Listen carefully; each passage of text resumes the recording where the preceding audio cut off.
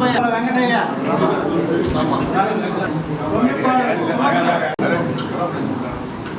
కలవాయి మండలం 13 మంది 5,93,000.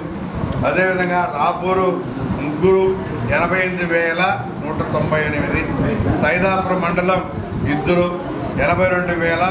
2,82,275.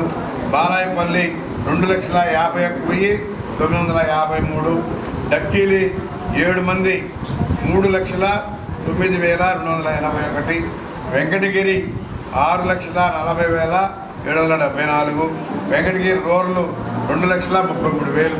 19 నుంచి 24 వరకు కూడా పేదవాళ్ళు మొహం చూసుకుంటూ దాఖలు వాళ్ళు జగన్మోహన్ రెడ్డి మాటలు చెప్పి మోసం చేసి ఆయన సీఎం అయిన తర్వాత రాష్ట్రాన్ని ప్రస్తుతం ఇచ్చాడు.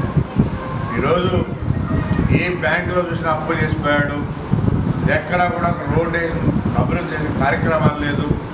అదేమంటే బటన్ నొక్కి అన్నాడు. ఈరోజు ఆ రోజు ఆ బటన్ నొక్కేది కూడా ఏ 10వ తారీఖు 15వ తారీఖు ఎప్పుడో నొక్కేవాడు. ఈరోజు ముఖ్యమంత్రి చంద్రబాబు నాయుడు 1వ తారీఖు సెలవు వస్తుంది. 1వ తారీఖు సెలవు వస్తుందంటే ముందు రోజే బటన్ నొక్కే కార్యక్రమం చేస్తున్నాడు. ప్రతి ఇంటికి వెళ్ళి ఇచ్చే కార్యక్రమం చేస్తున్నాడు.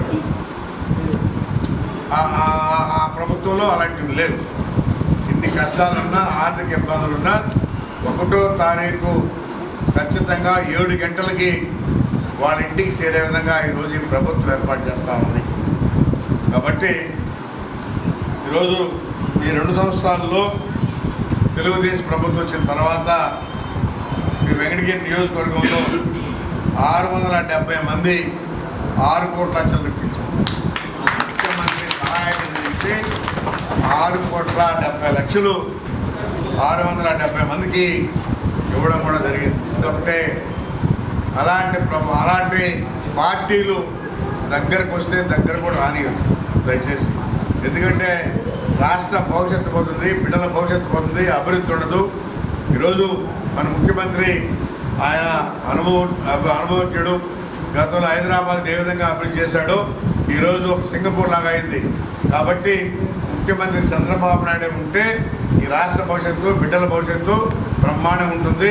రాబోయేటువంటి 2047కి మనం కూడా హైదరాబాద్ కన్నా కూడా ఇంకా బ్రహ్మాండంగా ఉంటామని చెప్పని కూడా తెలియజేస్తా ఉన్నా.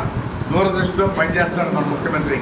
అందుకని మన ముఖ్యమంత్రి కానీ, అదేవిధంగా కూటమి ప్రభుత్వం పవన్ కళ్యాణ్ కానీ, అదేవిధంగా విద్యాశాఖ మంత్రి లోకేష్ బాబు గారు కానీ అందరూ కూడా కలిసి అభివృద్ధి, సంక్షేమం అనే దానికోసమే పనిచేస్తూ ఉంటారు.